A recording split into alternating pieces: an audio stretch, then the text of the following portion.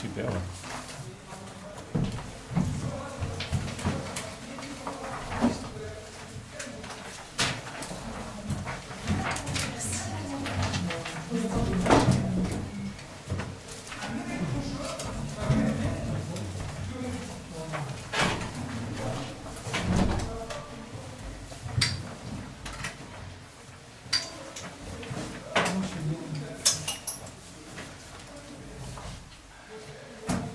Donc le thème de la journée étant peut-on changer en mieux? La question se pose évidemment, savoir qui c'est ce moi qui doit changer. Et qu'est-ce que ça veut dire si je change? Où est mon identité dans cette histoire-là? C'est-à-dire qu'on s'identifie à ce que l'on est, à son histoire, à son vécu, à son visage, à ses pensées, à ses sentiments, etc. Et c'est un problème classique de la philosophie par ailleurs, de savoir qu'est-ce que ça veut dire quand une personne dit « je suis la même personne qu'il y a 30 ans, je ne suis plus la même personne qu'il y a 30 ans ». Il y a forcément une évolution de la personnalité, et à ce moment-là, comment est-ce qu'on peut dire qu'on est ou pas la même personne? Comment ça fonctionne cette identité? Quelle est cette instance qui dit « je » dans l'identité? Il y a un midrash très surprenant qui est ramené dans le Tanchuma Yashan, c'est-à-dire le Tanchuma qu'avaient les Rishonim, qui dit comme ça à propos de Anochi dans les Aseret Diberot. C'est le texte que vous avez là, en haut à droite, le premier. Anochi, Amar Rabbi Nechemia, Maou Anochi. Rabbi Nechemia dit, qu'est-ce que c'est ce Anochi? Leshon Mitzrihu. C'est de la langue égyptienne. Aseret Diberot, ça commence par de l'égyptien. Lama Davar Domé, le Melech Shenishbe Beno, Versa. שנשבע בנו, ועשה ימים רבים עם השבעים. למה צריכתן של אותן השבעים?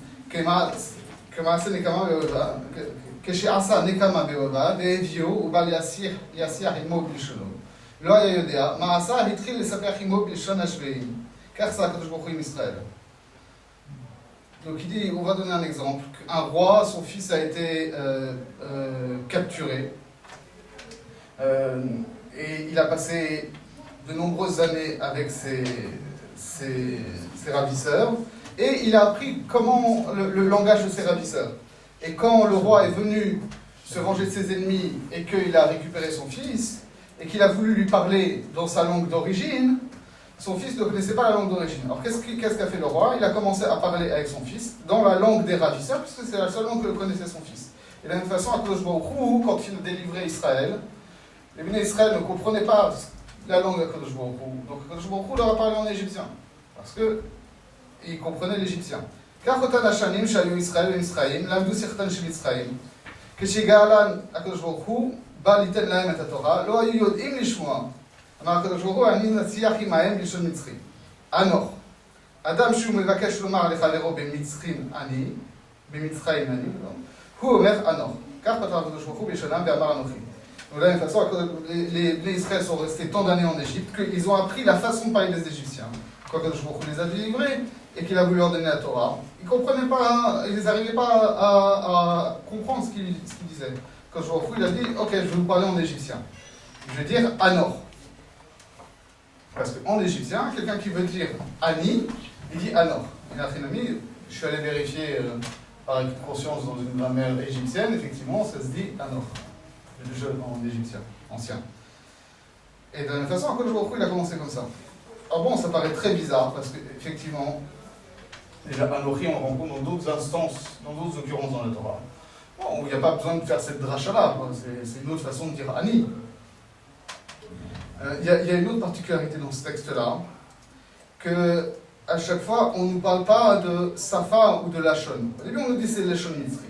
Mais après, on nous dit que le captif, il a appris la sirah de ses ravisseurs, et les Israéliens, ils ont appris siratan shel Mitzrayim. Ils ont appris la façon de parler des Égyptiens. La façon de parler des Égyptiens, c'est pas d'Afka leur langue. Et par ailleurs, on a d'autres midrashim qui nous disent que qu'est-ce qu'ils ont fait, qu'ils ont mérité d'être délivrés, en particulier qu'ils ont gardé leur langue. Donc, ils ont gardé leur nom, ils ont gardé leur langue, ils ont gardé leur façon de s'habiller. Les Israéliens, ils comprenaient l'hébreu. Alors, mon hypothèse, c'est qu'Alpi Adrash, on peut comprendre que ici, le problème, c'est pas un problème linguistique. C'est un problème de tournure de pensée. C'est-à-dire que les Bnei Israël, étant en Égypte, c'est vrai qu'ils n'ont pas changé de langue, mais ils ont changé leur façon de s'exprimer, leur façon de penser. Et ils disaient plus Ani, ils disaient Anochi. Il y a une différence entre Ani et Anochi qui va nous préoccuper, c'est ça qu'il faut comprendre. Mais on comprend déjà effectivement que, d'après ce qu'il nous a dit dans les Nijim, etc., on voit que le problème de Paro en particulier, c'est cet ego démesuré, qui fait qu'il place l'ego au début et à la fin du tout, et qui dit « je me suis créé moi-même, je suis le grand dragon du Nil, etc. » Et donc, mon hypothèse de départ, c'est qu'effectivement, c'était ça le grand problème des Bnei Israël, c'était qu'ils étaient enfermés dans cette notion d'égoïsme qui est propre à l'Égypte. Et Akadosh Baruch Hu, quand il est venu leur parler, a utilisé ce langage-là. Alors il va falloir comprendre qu'est-ce que ça veut, quel est l'effet du fait que Akadosh Baruch Hu reprenne à son compte ce langage d'un Anochi qui est plus que juste une énonciation du Ani, mais qui est une affirmation plus forte qu'il va falloir essayer de comprendre, de Anochi. Et qu'est-ce que ça change que ce soit Akadosh Baruch Hu qui le reprenne à son compte? Alors pour comprendre tout ça, il faut faire un petit peu de psychologie selon notre Messora. Alors, ce qui est très curieux, c'est que quand vous prenez des textes de Moussa, que ce soit Tomer Torah, ou que ce soit ici Sha'arei Kedusha, on nous parle essentiellement de Tikkun Amidot. Tikkun Amidot, et on nous décrit comment est-ce que la psychologie. Tikkun Amidot, c'est-à-dire le perfectionnement ou la correction des facultés morales, ou plus largement de la personnalité, de ce qui fait la personnalité. Mais on a beaucoup de mal à voir où se situe le moi dans cette histoire. On a une description très anatomique de la Neshama en particulier. Mais où est-ce qu'est le moi et où est-ce que le véritable centre de la personne, c'est pas toujours très clair. Donc dans Sha'arei Kedusha, Sha'arei Kedusha, les portes de la sainteté, c'est un texte de Rabbi Chaim Vital, donc le principal disciple du Harizal. Et c'est un texte de Moussar qui, justement, comme on va le voir, décrit comment est-ce que le psychisme et la personnalité de l'homme sont structurés. Et donc, quel est le devoir de l'homme pour pouvoir travailler à partir de ça, pour arriver éventuellement, dans la 4e partie du livre, qui jusqu'à présent n'était pas édité, à obtenir Ruach HaKodesh, etc. À obtenir une inspiration divine, donc se perfectionner pour arriver à une pureté plus haute et pouvoir rentrer en contact avec Kadosh Baruch Hu. Et le Sefer commence en expliquant, j'ai pas pris la première page parce que je voulais pas tout faire en intégralité, mais il explique au début que ce qui est l'essence véritable de la personne, c'est la Neshama, autrement dit, le Nefesh Sechlit, l'âme intellective, qui se manifeste dans le corps, qui est la vie du corps, et du fait qu'elle est la vie du corps, elle est le corps est construit sur le modèle de la Neshama. En fait, quand on parle du corps avec ses organes, etc., le corps est composé parce que la Neshama elle-même est composée. La Neshama, elle est composée de quoi?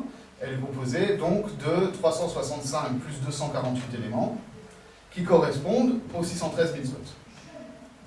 Donc, Rabbi Chaim Vital dit, voilà, l'essentiel de l'homme, c'est cette Neshama qui est la vitalité de la personne, et qui, ça c'est la véritable essence de la personne, qui s'acquiert par la pratique des mitzvot. Donc déjà, premier étonnement, a priori c'est pas quelque chose de donné, pas quelque chose d'inné. La vitalité du corps, c'est quoi? la véritable vitalité du corps, la vie authentique du corps, c'est-à-dire la vie se définissant par l'union de la neshama et du corps.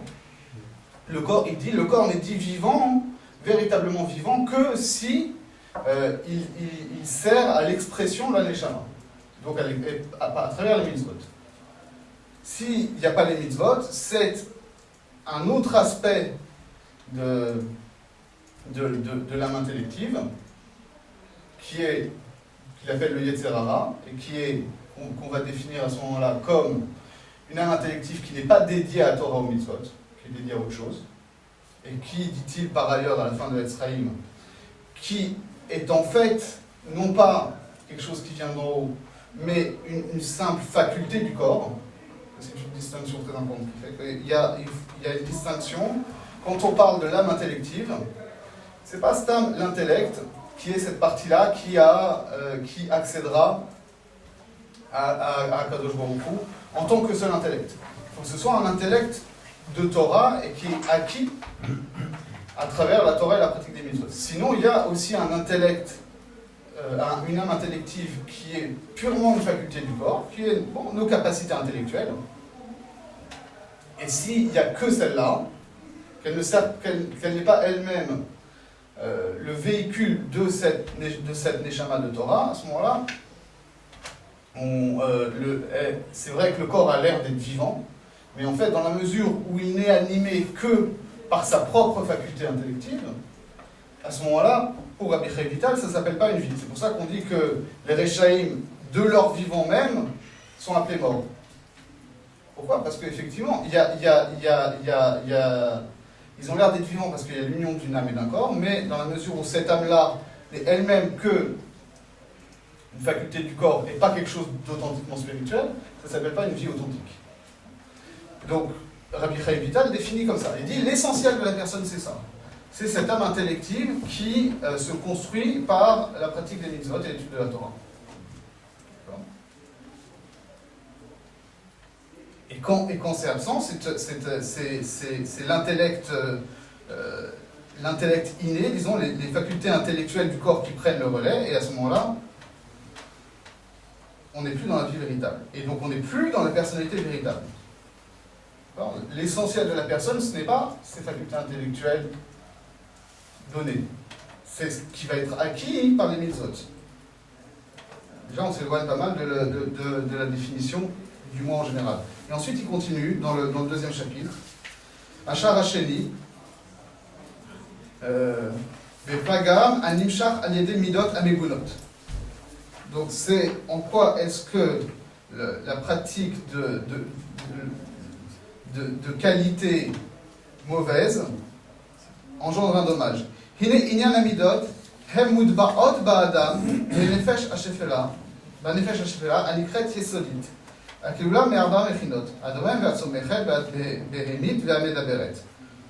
Donc les midot, les qualités morales ou les traits de personnalité plus généralement, ce que le Rambam appelle les déotes, ce sont des choses qui font partie de la nature de l'homme, mais non pas au niveau de son âme intellectuelle, mais dans une âme qui est plus basse, qui s'appelle fondamentale, parce qu'elle est composée elle-même de ce que lui définit ici comme les 4 éléments, c'est-à-dire inerte. Fondamental ou basique ? Oui, fondamental au sens où c'est celle qui sert de base, quoi, ou de fondement. Mais élémentaire, disons. Élémentaire, puisque là on parle des 4 éléments. Donc ce sont les aspects inertes, végétatifs, animaux et logiques parlant qu'il y a. Il dit, ces éléments-là aussi, qui gamhen murkavot mitov vera. Là aussi il y a un mélange de bien et de mal. Vene benefesh hazeh taluyot amidot atovot et araot. Ven kise veyesod beshoresh la nefesh ha'elyona ha'sirchit. Asher ba taluyim taryag mitzvot haTorah, kinzkar leel. Donc c'est cette neshama-là, ce nefesh-là, qui est élémentaire, on dit qui lui-même est lié à la matière, encore plus que l'autre, où vont s'exprimer donc les qualités morales, les traits de personnalité, les sentiments, etc. Autrement dit, ce que nous, dans le langage commun, on a tendance à identifier au moi. Quand je dis qui je suis moi quelqu'un qui a tel caractère, qui aime ceci, qui n'aime pas cela, etc. C'est comme ça qu'on se définit. Rabbi Chaim Vital nous dit, ici, ça, c'est vraiment quelque chose qui n'est que le versant au niveau du nefesh, très bas, de la composition matérielle du corps. D'accord ? Même pas la forme du corps en tant qu'il est constitué d'organes et en tant qu'il a qui se différencie par des fonctions, et dans l'équivalent au niveau de la neshama sont les mitzvot. Ici, on est vraiment au niveau de la constitution matérielle du corps, et cette constitution matérielle du corps, elle a l'équivalent au niveau du nefesh, voilà, des midot. Et donc, si on comprend bien son déroulement, il est en train de nous dire que ce nefesh-là, qui sont nos qualités, nos défauts, nos sentiments, nos goûts, etc., ce n'est pas l'essence de la personne. L'essence de la personne, c'est quelque chose qui vient au niveau de l'âme intellectuelle et qui n'existe qu'à travers la pratique des mitzvot.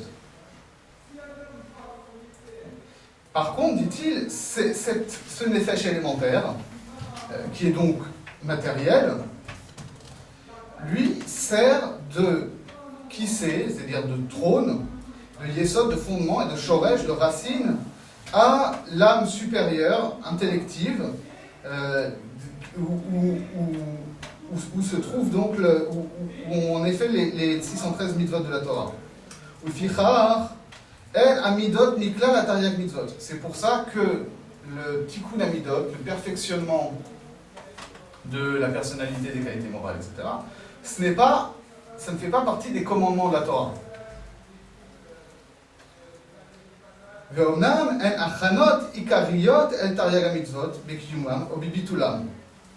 Pour autant, ce sont des préparations essentielles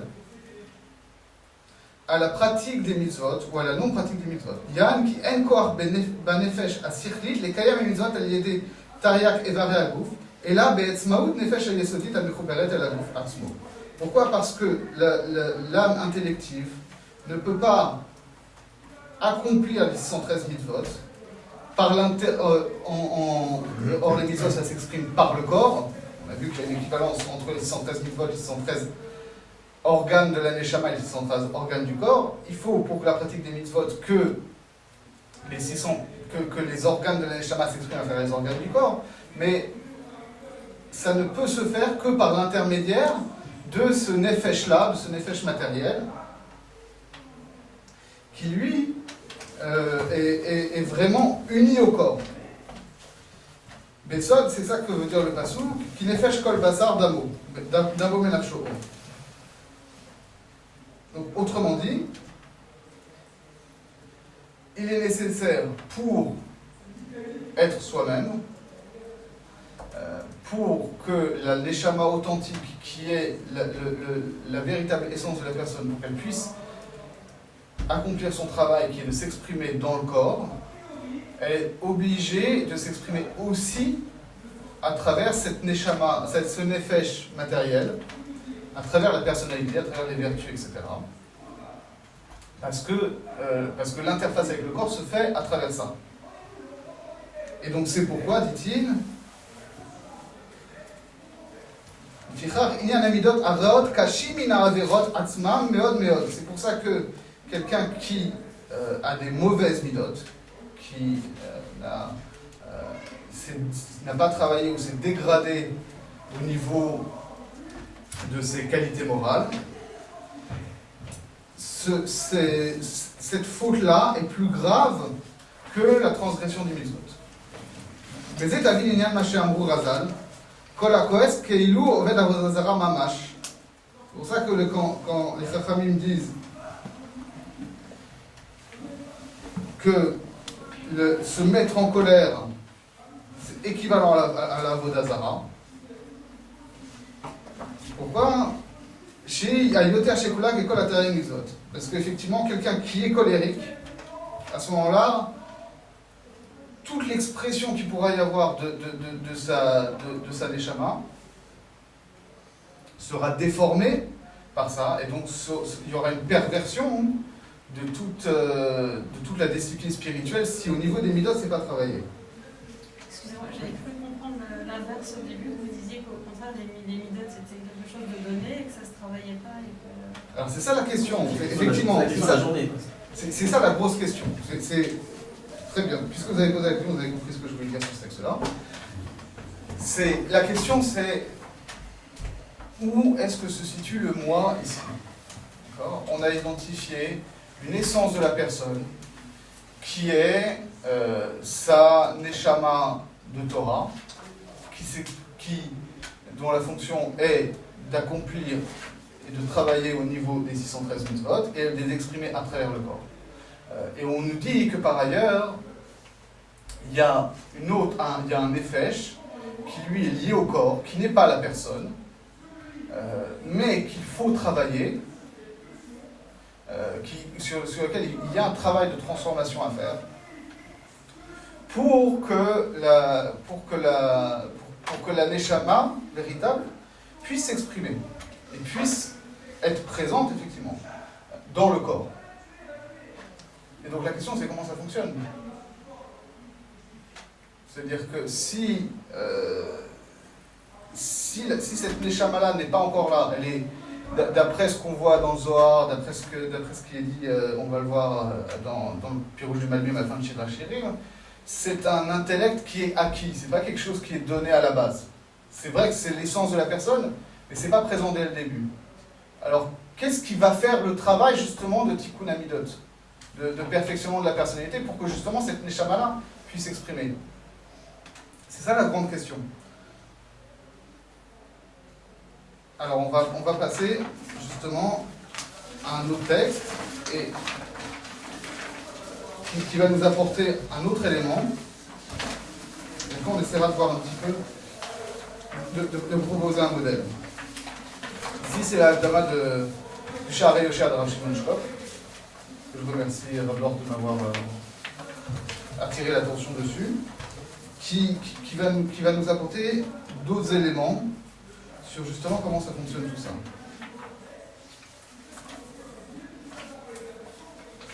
Peut-être je vais résumer un petit peu parce que c'est un peu long. Il y a 2 pages. Alors ça va, on va prendre le temps quand même. On va prendre le livre ici. יתברך הבורא ויתעלה היוצר, שבראנו בצלמו ובדמות תבניתו, וחיי העולם נטע בתוכנו שיהיה אדיר בחפצנו. להיטיב עם זולתנו, ליחיד ולרבים, והעביר בעתיד בדמות הבורא כביכול. Donc que soit béni le Créateur et que soit exalté le Formateur qui nous a créés à son image et qui a implanté en nous une vie éternelle afin que ce soit le but ultime de notre désir que de faire du bien à autrui, que ce soit aux individus ou à la communauté, actuellement et dans le futur, en quelque sorte à l'image du Créateur.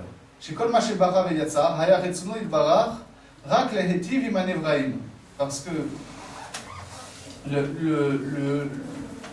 la seule volonté qui a animé Akadosh Baruch Hu au moment de la création, c'était de faire du bien aux créatures. C'est quelque chose qui est classique. Akadosh Baruch Hu n'a pas besoin du monde. Donc s'il crée le monde, c'est pour le bien du monde lui-même.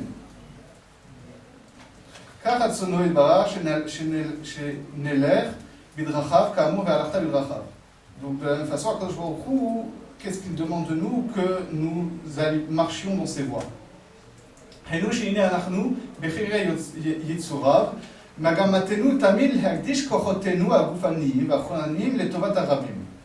Que ce qu'il veut de nous, c'est que nous ayons toujours en vue de consacrer nos forces corporel et spirituel au bien de la pluralité. Kefi Erkenu, suivant les moyens de chacun. לדעתי, כל עניין זה נכרע במזרת השם של קדושים תהיו. Il me semble que toute cette logique-là est contenue dans le commandement qui dit Kedoshim tiyu, vous serez kadosh. Dehene b'midrash vayikra perek kavdalet, amour al mikrazé. Donc dans le midrash, on parle de ce verset-là et on dit Yachol kamoni. Quand le verset dit Kedoshim tiyu ki kadoshani, vous serez kadosh car je suis kadosh. Est-ce que c'est vraiment possible d'être kadosh comme un kadosh Baruch Hu? Talmud Lomar ki kadosh ani. Le pasuk continue en disant car moi je suis kadosh. Kedushati le ma'ala me kedushatechem. Ma kedusha, ma sainteté, on va voir ce que ça veut dire, est supérieure sans commune mesure avec votre kedusha. Ubisod mitzvah zo shel kedusha ita betorat kohanim kedoshim tiyu perushim tiyu. Par ailleurs, donc ça c'était dans Vayikra Rabbah, et ensuite dans un autre midrash sur cette même mitzvah, dans Torah de Kohanim, donc dans Sifra, on dit vous seriez kedoshim, ça veut dire vous serez perushim, vous serez séparés, vous abstiendrez, on va voir ce que ça veut dire. Rambam Zal bepirusho à la Torah a herich levaer inyan prishut amor bemizazo shehu litrachek min hanaot v'ta'anugim yeterim. Le Rambam explique qu'est-ce que ça veut dire. Vous serez perushim, vous serez séparés. Ça veut dire de s'éloigner des jouissances et des plaisirs superflus. Afalpi shem ma'asim she'enam asurim lanu. Même s'il s'agit des choses qui, en tant que telles, ne sont pas forcément visées par un interdit particulier de la Torah. Letzio mavit omer she'efshar l'adam liyot nevel birshut haTorah. Nabal, pardon. Nabal birshut haTorah. Et il dit, l'expression qui est très connue, qui ressort, c'est que il dit c'est très possible que un homme, en restant dans les limites de ce que permet la Torah, soit complètement, comment on traduirait Nabal, dégoûtant. C'est méprisable, répugnant. On peut être un type absolument répugnant en restant dans les limites de ce que permet la Torah. Et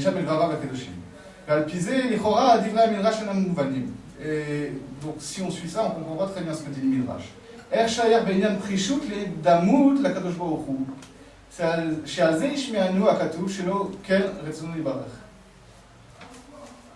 Donc on ne comprend pas comment ça fonctionne les deux Midrash. En quoi est-ce que cette, comment dire, pas cette ascèse, mais cette retenue que le Torah de Kohanim explique comme correspondant à la Kedusha, en quoi est-ce que c'est quelque chose qui nous fait ressembler à Kadosh Baruch Hu, au point que par ailleurs le pasuk a besoin de nous préciser et qu'on peut lui ressembler mais pas totalement non plus. שהרי אומר יכול כמונית לנו לומר כי קדוש אני, קדושתי למעלה מקדושתכם. ביותר קשה להבין מה שמשיג קדושתי למעלה מקדושתכם. ובמובן זה עלינו להבין, באמת יש דמיון בקדושה שהשם דורש מאיתנו לקדושתו יתברך. אלא שקדושתו יותר כוללת ומקיפת.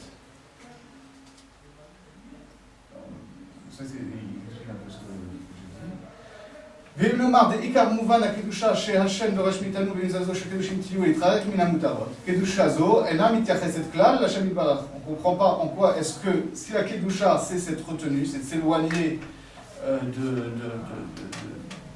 de pratiques dégoûtantes, quand bien même serait-elle techniquement permise, en quoi est-ce que c'est une kedusha qu'on pourrait dire ressembler à la kedusha d'Akadosh Baruch Hu? Cette histoire de périchout de Akadosh Baruch Hu n'a pas besoin. Il n'y a aucune logique du point de vue d'Akadosh Baruch Hu de s'éloigner de quelque chose qui serait pas bien à faire. Ça, c'est quelque chose qui relève de la pratique humaine, de savoir naviguer entre le permis et l'interdit, entre le bien et le mal, mais du point de vue d'Akadosh Baruch Hu, tout ça, ça ne veut rien dire. Donc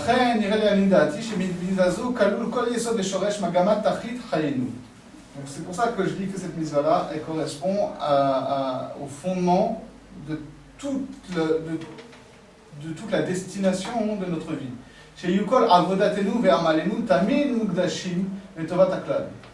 Que tous nos efforts, tout notre travail doit toujours être consacré au bien de la collectivité, au bien du tout. Chez l'Onishtamesh Beshum Maase Tnoa, Hana Veta'anuk, chez l'Oyebeze, Eze Inyan Letovat Zulatenu. Qu'on ne doit dans aucun acte, aucun mouvement qu'on fait, aucun plaisir qu'on prend, il ne faut jamais que ce soit que ça vise uniquement notre propre bien. כמובן, בכל הקדשות שהוא התייחדות למטרה נכבדה, donc à chaque fois qu'on dit qu'on consacre quelque chose, on est magdish quelque chose, ça veut dire quoi? C'est qu'on le réserve à un but noble. והנה כשאדם מיישר הליכותיו ושואף שתמיד יהיו דרכי חייו מוקדשים לכלל, donc quand l'homme comment on va dire, rectifie sa façon de fonctionner et s'évertue à ce qu'à chaque fois la fonction dont il mène sa vie soit consacrée à la collectivité, à ce que le marché aussi, gagner à ce mot les avrad goufo venacho, mitiaches gamken el mitzvat kedusha. Alors même quand il fait des choses qui sont pour lui-même, pour la santé de son corps, pour la santé de son âme. Alors ça aussi, ça relève de la mitzvah de Kedusha. Chez Aliazé, Yetiv Gam la Rabbim. Parce que de ce fait-là, du fait que tout ce qu'il fait, c'est consacré au bien du plus grand nombre, alors même quand il s'occupe de lui, au final, c'est pour mieux pouvoir s'occuper du plus grand nombre. Chez Betovato, Leatzmo, ou Metiv Gam Ima Rabbim Atzrechimlo. Parce que dans la mesure où il s'occupe de lui, alors c'est aussi un bienfait pour le plus grand nombre qui ont besoin de lui. Aval imu nehene hana min sug amutariot she'enam derushot le'avrad gufo venafsho. Par contre, si il tire profit de choses qui sont des choses effectivement superflues et qui ne sont pas nécessaires à son propre maintien en bonne santé, hanazo hineged akedusha. À ce moment-là, ce plaisir qui dérive est contraire à la kedusha. Chez Bessé, vous mettez les atzmo, les régales, les fidimiono. Parce que là, il se fait du bien, il cherche une gratification instantanée en fonction de ce qu'il s'imagine être le bien pour lui. Velzulato en shum toalat. Et pour autrui, il n'y a aucun profit à ça.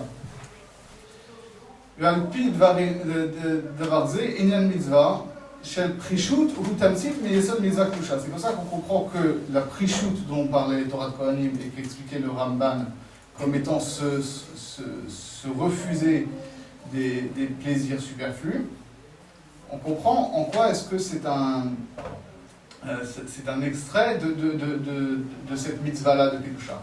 Anikeret bepoel betarke anaga shel adam, qui se perçoit en acte dans la façon dont l'homme se comporte. Aval berem vesheifat aruach מתרחבת מצווה זו גם על כל מפעליו ומעשיו של האדם, גם בינו לבין המקום, ויחזה מדמה עניין קדושה זו לקדושת הבורא יתברך, באיזה דמיון קצת. שכמו שבמעשה של הקדוש ברוך הוא בבריאה כולה, כן בכל רגע ורגע שהוא מקיים את העולם, כל מעשיו הם מוקדשים לטובת זולתו. כן רצון יתברך שיהיה מעשינו תמיד מוקדשים לטובת הכלל, ולא להנאת עצמו. J'avance un petit peu. Donc, on comprend à ce moment-là que du fait qu'il ne vise jamais uniquement son propre bien, à ce moment-là, on comprend en quoi le fait d'avoir toujours à l'idée que tout ce que je fais a une visée globale de faire du bien à la limite à l'univers tout entier, a une ressemblance avec la démarche de la Kadosh Baruch Hu lors de la création du monde, qui est une démarche de faire du bien à autrui et pas à lui. Par contre, il rajoute Onam iyumar adam leachnia et tiv'o lehagia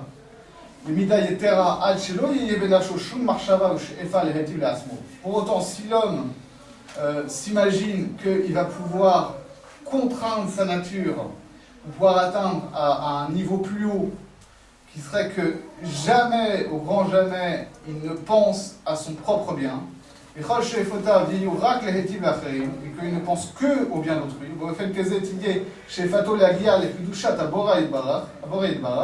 à ce moment-là, vraiment, il s'imagine qu'il va pouvoir atteindre à la même Kedusha, qui est entièrement altruiste.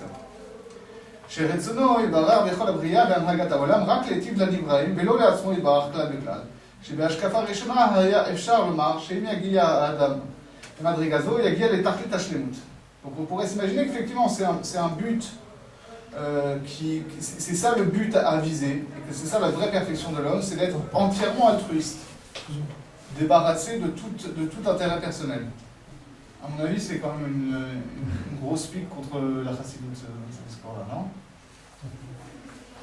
Qu'est-ce que veut dire la chassidoute? La chassidoute ancienne du Moyen-Âge ou la chassidoute? Non, les chassidim aujourd'hui. C'est la chassidoute, c'est pas l'air de... Non, c'est ça, c'est quelque chose qu'on voit par exemple chez Rabbi Yitzhak Isaac de Comarne, où il dit dans Pirkei Avot qu'il faut être un Eved Almanat Shelo Lekabel Sachar. Il dit il ne faut pas corriger l'eau Almanat Shelo Lekabel Sachar, il dit Almanat Shelo Lekabel Sachar.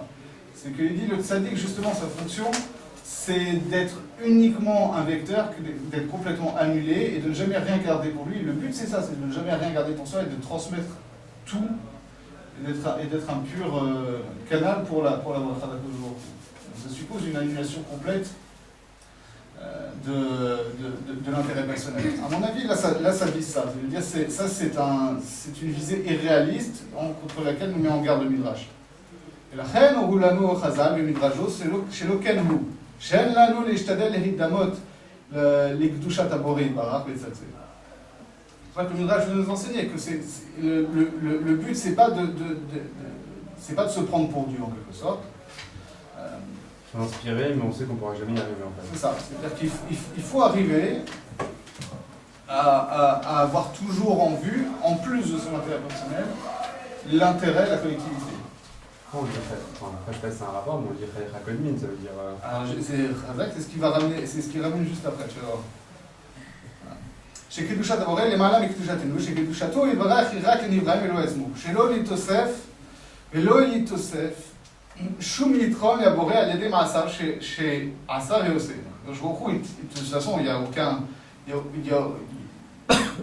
aucune pertinence à ce qu'il fasse des choses pour lui, puisque lui-même n'a aucun besoin, il n'a aucun manque qu'il aura à combler. יכול רצונו יתברך רק להיטיב לנבראים. אבל מה שרוצה מאיתנו אינו באופן זה. Ce que הקדוש ברוך הוא exige de nous, c'est pas ça. שהרי הורה לנו רבי עקיבא, חייך קודמים.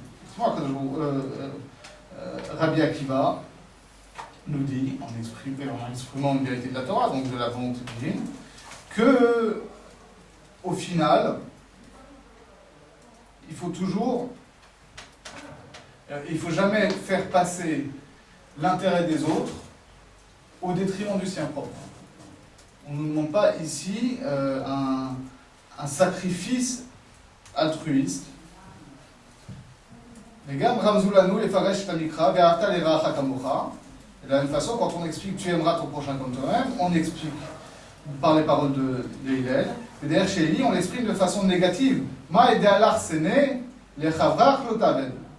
Ce qu'il t'est haïssable, à ton prochain ne le fait pas. Aval Bederech Chiyuvi, Raoul Adam Heagdim et Tovat Atzmo. Quand on s'exprime positivement, effectivement, il faut avant tout penser à soi-même. D'ailleurs,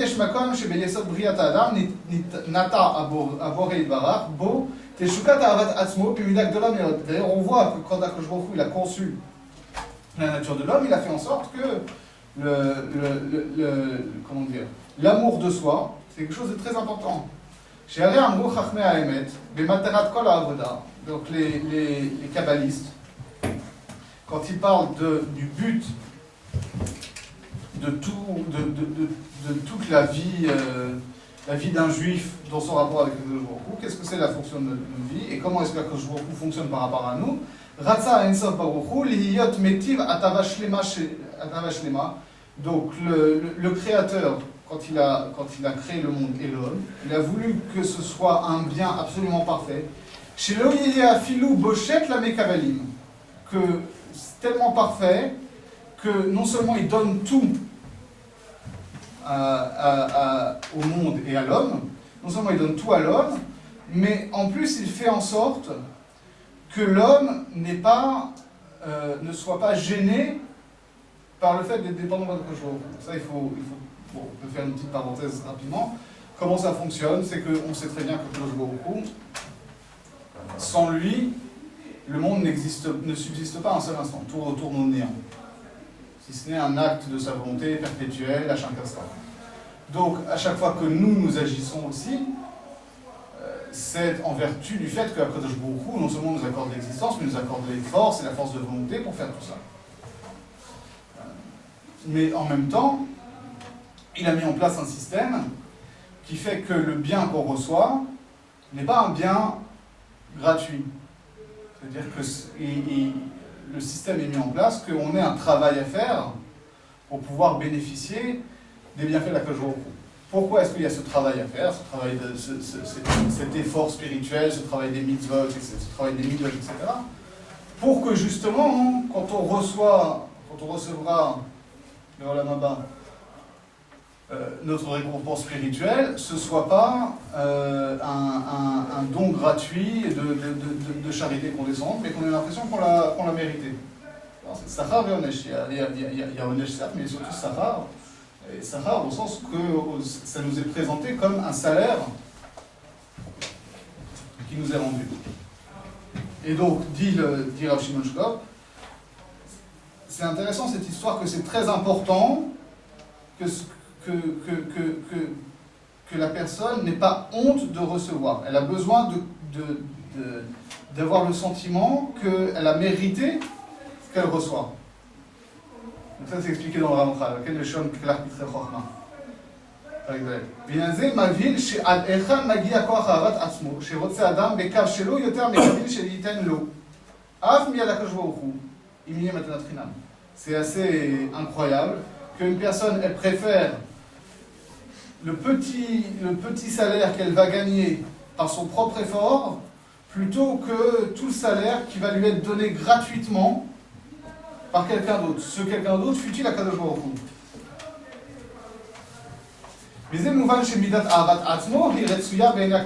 Donc ça veut dire que cette tendance à l'amour de soi, c'est quelque chose qui est très très fort. Donc ça fait partie de la nature de l'homme. Et donc, justement, ça veut dire que c'est quelque chose que Akadosh Baruch Hu a voulu.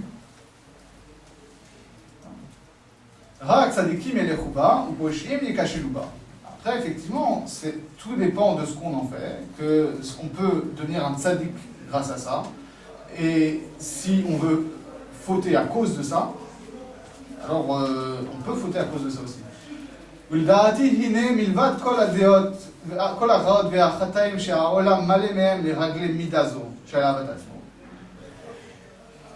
Alors, on comprend bien tous les maux qui peuvent venir de cet égoïsme et de ce narcissisme quand ils sont exacerbés.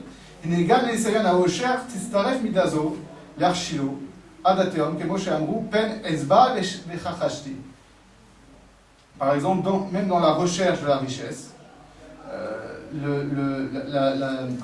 ce narcissisme peut faire tomber l'homme très bas. Comme il est dans le Passouk, de peur que je sois rassasié et que je devienne un dénégateur. Ça veut dire, chez les réglés, Godel Teshukat Adam Bekachelo, du fait que l'homme veut absolument veut absolument gagner de lui-même ce qui lui revient.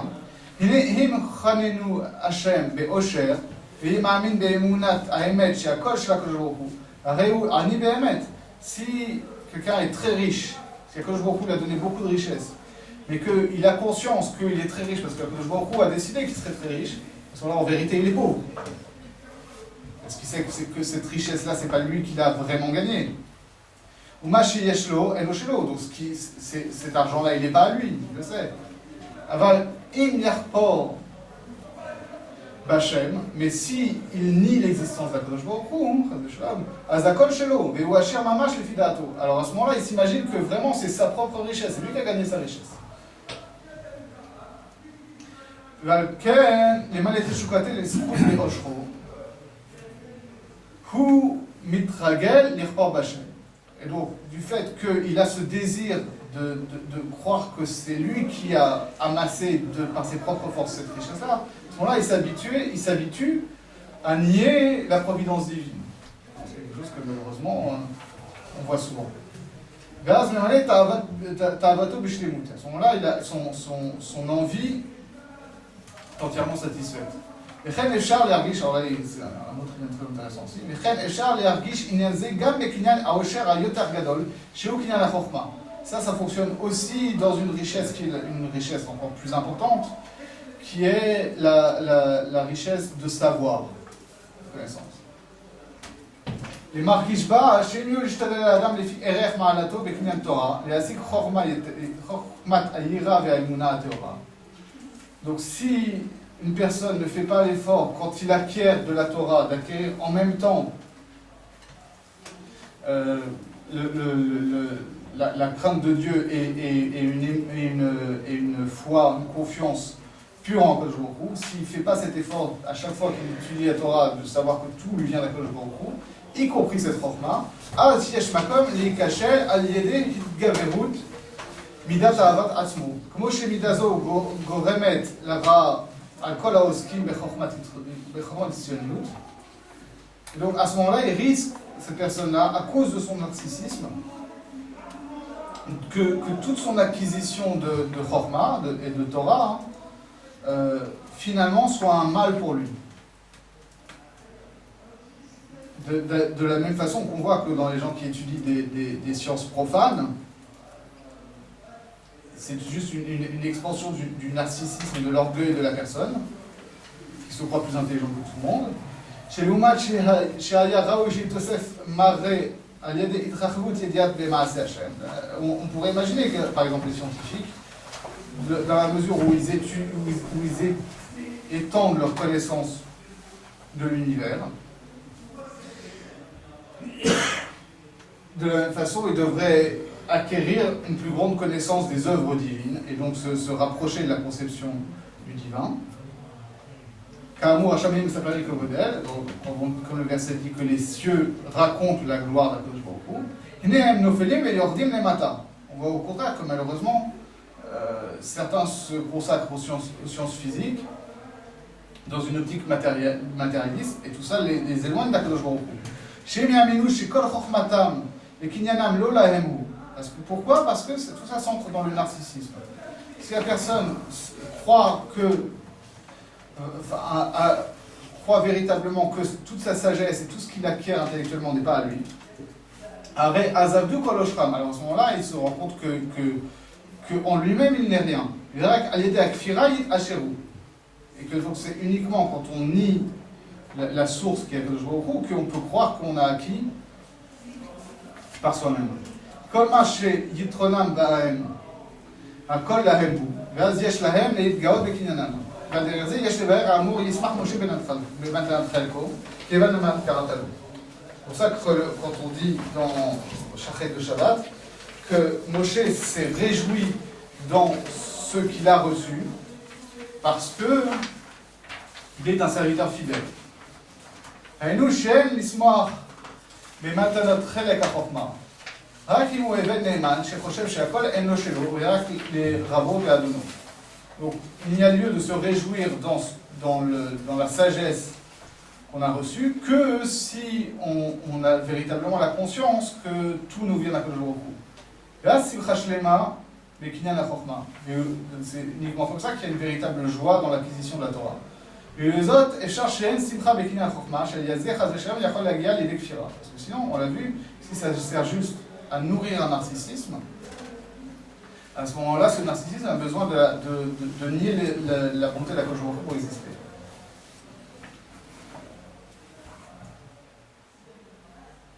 on arrive à ce que je voulais dire quand même. אבל עלינו להשתדל להעניק בזה למצוא הסגולה המתאחדת אותם.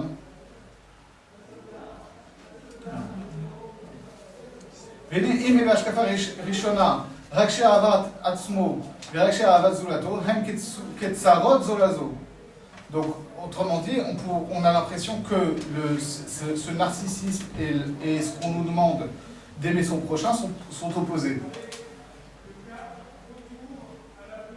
אבל עלינו להשתדל להעניק בזה למצוא הסגולה המאחדת אותם, אחרי כי שניהם דורש השם מאיתנו. Et pourtant, on voit que Kadosh Baruch Hu nous demande les deux à la fois. D'être bien, d'avoir toujours à l'esprit, d'être bienfaiteur envers autrui. Et pour autant, comme nous dit le Midrash, on ne peut pas effacer complètement ce narcissisme, et ça fait partie de la nature humaine. Alors comment concilier les deux? סגולה זו היא שיתברר ויתאמת אצל האדם איכותו של האני שלו. Pour ça, il faut comprendre bien qu'est-ce que c'est que la nature de son ego. כי בזה יומדד מעלת כל האדם לפי מדרגתו. C'est par cette analyse de l'ego qu'on peut mesurer le niveau de chaque personne.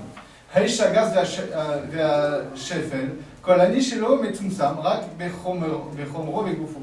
La personne qui est grossière, qui est en bas de l'échelle, tout son ego, il est limité uniquement à son corps, à sa matérialité. למעלה ממנו, מי שמרגיש אני שלו הוא מורכב מגוף ונפש. Au-dessus de ça, le niveau d'au-dessus, c'est la personne qui ne s'identifie pas purement à son corps, mais qui s'identifie à l'union de l'âme et du corps.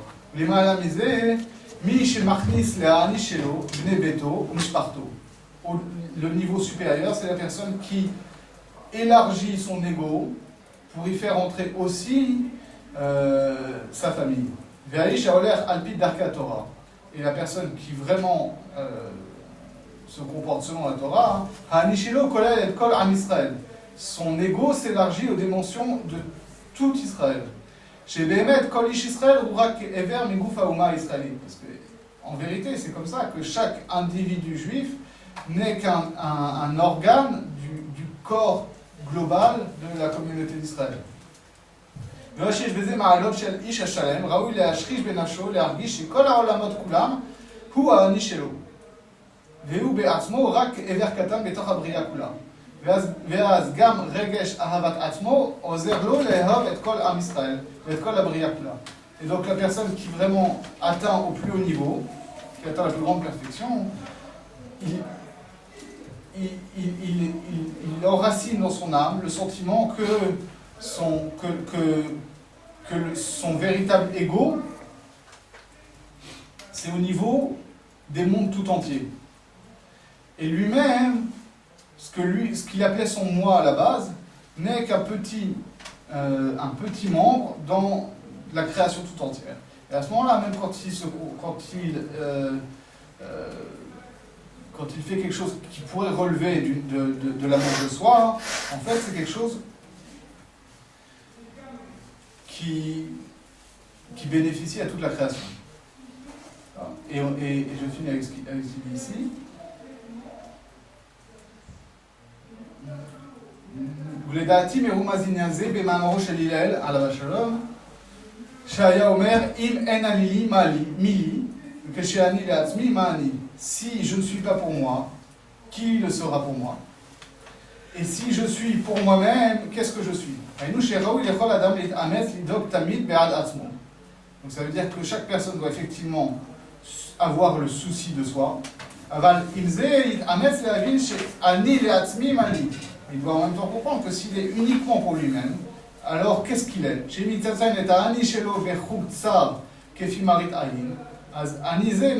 Que s'il réduit son ego effectivement à l'ego apparent, à ce qu'il croit être, alors à ce moment-là, ce Ani, qu'est-ce qu'il est? Il est en fait un néant. אבל אם תהיה הרגשתו מאומתת, שכללות הבריאה הוא האדם הגדול, והוא גם כן כאלך קטן בגוף הגדול, אז רם וניסה, or גם הוא קור. Mais si par contre, effectivement, il arrive à percevoir que toute la création est en fait une seule personne, un seul homme, et que lui-même n'est qu'un organe dans ce grand corps, alors à ce moment-là, effectivement, son ego lui-même s'élargit aux dimensions de l'univers tout entier. Je vous laisserai lire le reste du texte. Après cette longue lecture, on va essayer de comprendre un petit peu, on va essayer de relier ce qu'on a vu. D'accord ? Donc, qu'est-ce qu'on a dit ? On a vu que chez Rabbi Chaim Vital, on voit ça chez Rabbi Chaim Vital, mais on aurait pu voir ça chez Rambam aussi. C'est pas des notions qui sont spécifiquement kabbalistiques, même si là-bas elles sont exprimées dans ce modèle-là, mais on retrouve ça un peu justement. Que on est jusqu'à 1 an, c'est ça ? Que on voit donc qu'il y a plusieurs instances. Il y a ce qu'on va appeler la neshama, qui est l'essence véritable de la personne, qui est la neshama qui se construit, enfin, que l'on acquiert à travers la pratique des mitzvot. Et que, à travers ça, donc, il y a tout ce qu'on aurait appelé la personnalité, les sentiments, les qualités, etc., qui sont des propriétés du corps, et sur lesquelles il faut travailler pour que cette neshama puisse s'exprimer. Et par ailleurs, on a ici une instance qui s'appelle Ani,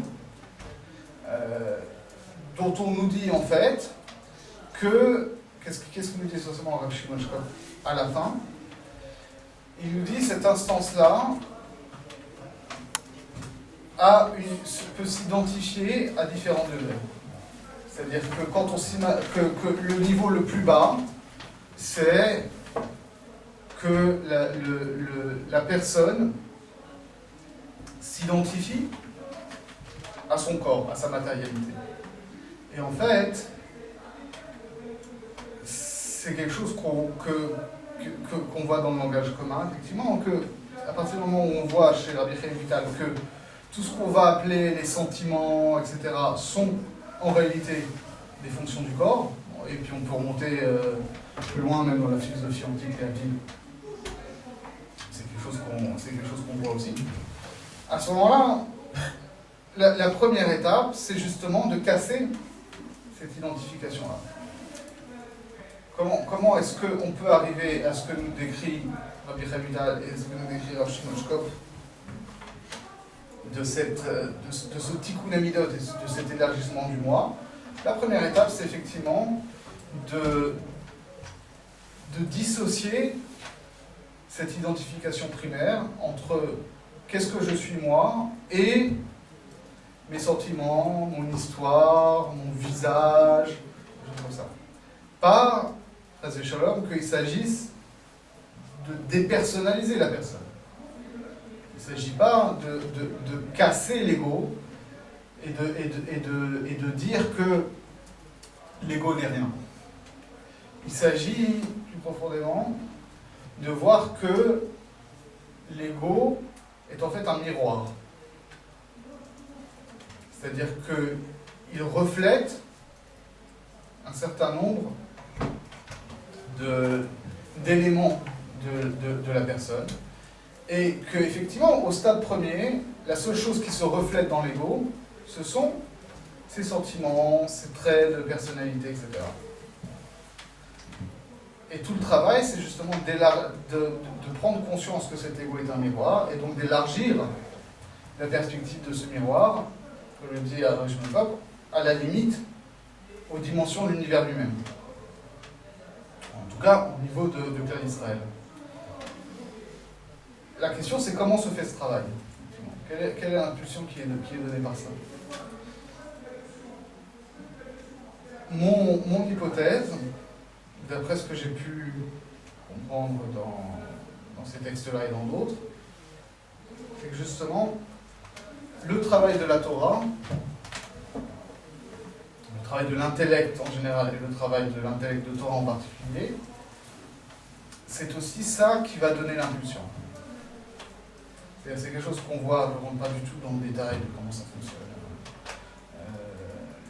chez les Mekoubalim, mais on voit qu'il y a justement, chez le Harizal, beaucoup d'allers-retours et qu'il y a plusieurs moments où justement il y a une dialectique entre une impulsion qui viendrait d'en bas, donc de ce miroir de l'ego qui est en réalité vide de toute détermination, et donc il peut s'élargir à des grandes dimensions, et le fait de faire descendre, et donc tout ce qui relève de l'intellect. Il y a tout un travail comme ça de comment est-ce que on peut élargir ce qu'on va appeler Malchut, on va pouvoir dire Malchut, et ce qu'on va appeler Achnasat Mochin. C'est juste une parenthèse pour ceux à qui ça dit quelque chose. Donc, l'idée c'est de faire cette dissociation entre l'ego et les milotes par un travail d'approfondissement intellectuel. Alors comment ? Ça c'est quelque chose, je ne sais pas si ça vous est déjà arrivé, je pense que ça arrive à tout le monde. Le stade du miroir. Quand vous regardez dans le miroir quand vous êtes dans une disposition normale, quand en fait vous êtes un peu en pilote automatique, et vous avez une identification immédiate. Ah oui, c'est moi dans le miroir. C'est mon corps, c'est mon visage, c'est mon histoire, etc. Si vous arrive d'être très concentré sur quelque chose, vous réfléchissez profondément à un sujet, en particulier un sujet de Torah, et que d'aventure vous passez devant un miroir, à ce moment-là, il se passe quelque chose de très bizarre. C'est-à-dire que vous n'avez jamais cessé de dire « je » en pensée, et quand vous vous croisez dans le miroir, tout d'un coup, il y a un décalage. C'est-à-dire que le fait d'avoir travaillé au niveau de cette pensée, fait que vous vous identifiez à ce processus de pensée pure, qui relève de la nécessité, de la logique, de la rationalité de la Torah, et que face à ça, le fait que je sois telle personne dans le miroir, à tel endroit, dans tel corps, à tel moment, apparaît comme quelque chose de complètement contingent. Je ne sais pas si ça...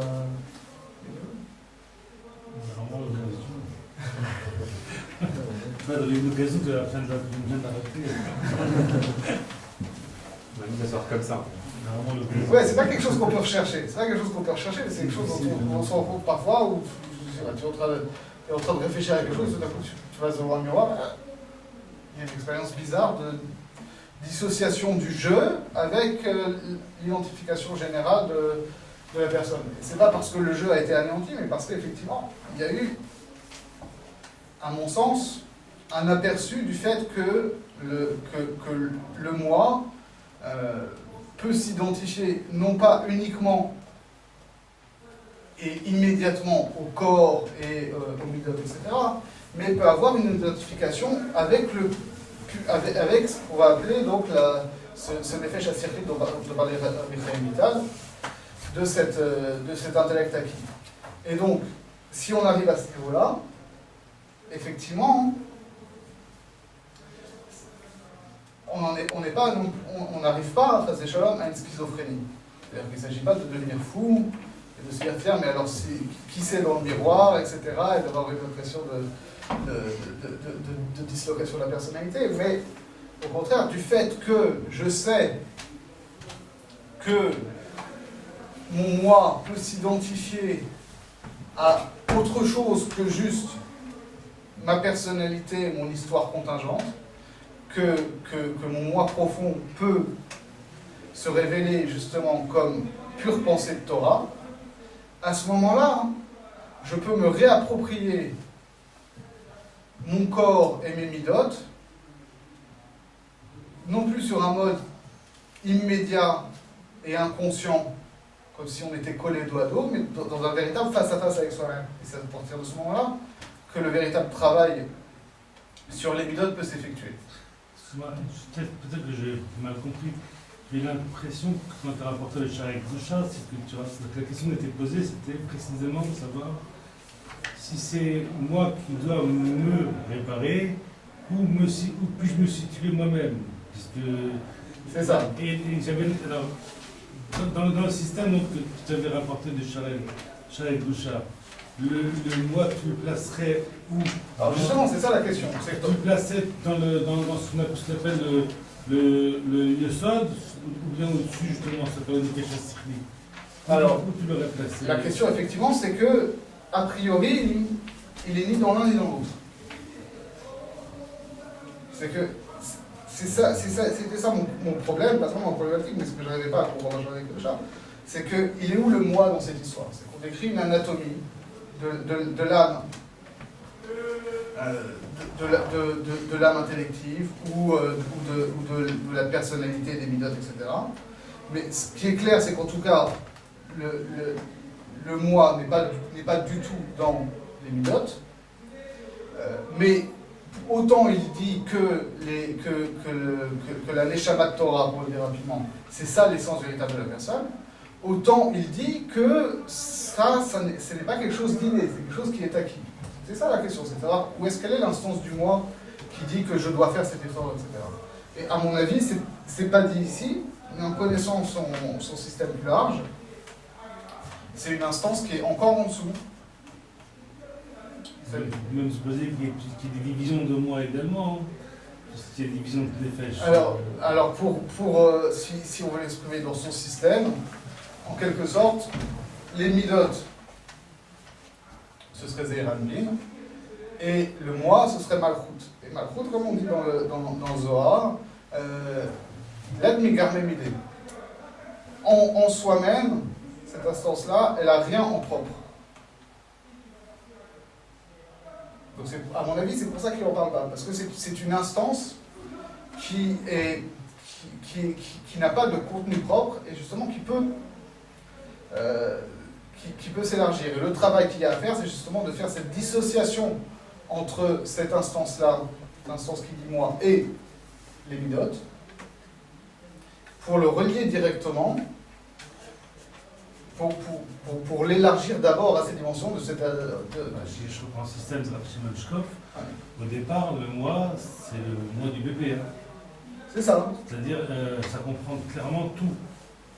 Y compris le côté le plus animal qui est Hachinam. Oui, ça comprend tout, mais ça s'identifie. Il y a une évolution qui, au fur et à mesure, permet de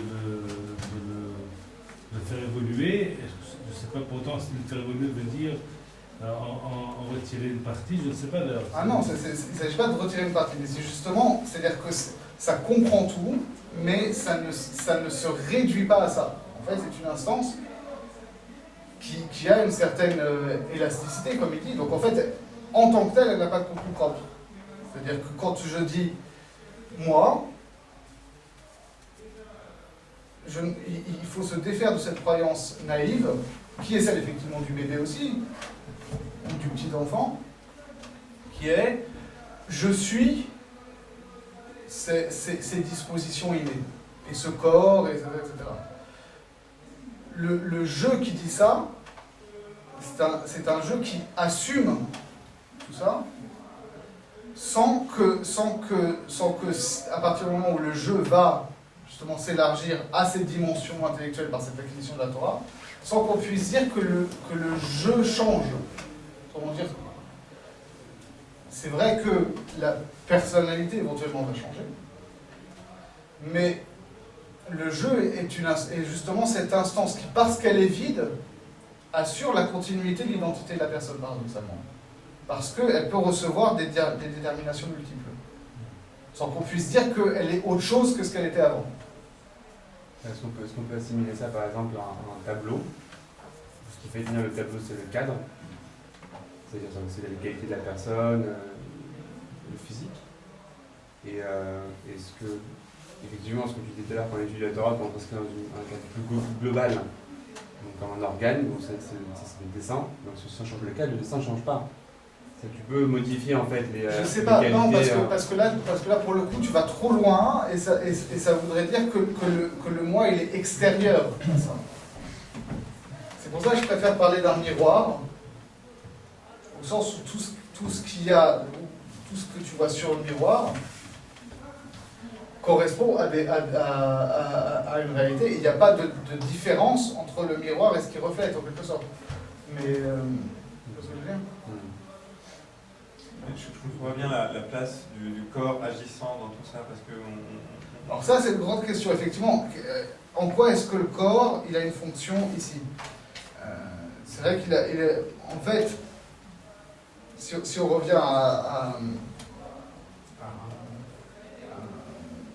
Michael Vital... Encore à part l'histoire de Nazir avec le Chine Tzadik. C'est-à-dire ? Je ne mangeais pas des Kabbalah de Nazirim, quand c'était à côté de Nazir. Parce qu'un jour, il a vu un jeune homme qui avait de longs cheveux, des gros cheveux, qui lui a raconté qu'il était toute l'histoire. Et il a vu son visage justement il a vu son reflet dans l'eau. Et c'est là qu'il a décidé de devenir Nazir, parce qu'il s'adresse d'ailleurs comme si c'était une autre personne dans son Yetzirah, en disant « Ah, tu veux me faire flotter, eh ben, va ce qui va t'arriver. » C'est qu'il faut... La dimension du miroir, là, effectivement, donc une perception de l'ego comme étant quelque chose d'autre que lui-même. C'est-à-dire, je ne sais pas si c'est l'ego qui est quelque chose d'autre que lui-même, c'est-à-dire que c'est la perception de ce qu'est la personne à un instant T, de savoir dépasser cette identification immédiate, et qu'au contraire, il faut savoir, dans un premier temps, se dissocier de ce qu'on doit être, pour pouvoir ensuite l'assumer, mais sur un mode transformatif.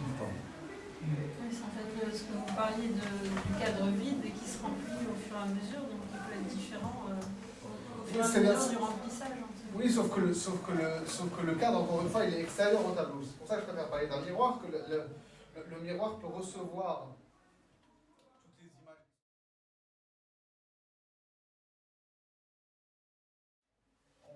Comment dire ? On voit dans le miroir, le miroir est fait en quelque sorte de ce qui se reflète dedans. Mais sauf que ça ne touche pas à l'essence du miroir, et l'essence du miroir, en fait, elle est vide. C'est pour ça qu'il y a cette distinction-là, c'est qu'il ne faut pas croire que l'essence de la personne serait justement non plus cette instance vide. Cette instance vide, c'est un outil justement pour pouvoir élargir son identification à quelque chose de plus large. C'est quelque chose qu'on voit aussi ici dans le Pérou du Maldives sur Shirachirim. Si on veut vraiment changer et qu'on change en fait les qualités du premier niveau, est-ce qu'on change vraiment? Parce que justement, c'est comme ça qu'on fonctionne. C'est-à-dire que qu'est-ce qui change? Voilà, qu'est-ce qui change quand je change? Qu'est-ce qui change quand je change? C'est le fait que justement, la première étape, c'est de savoir que quand je dis je ne m'identifie pas forcément à ce que je crois être, à mes qualités, mes défauts, etc. C'est cette désidentification qui permet de faire un travail dessus et ensuite de pouvoir l'assumer au sens où justement ces qualités, ces défauts vont être non pas juste l'identité de la personne, mais un moyen à travers lequel elle va exprimer son essence.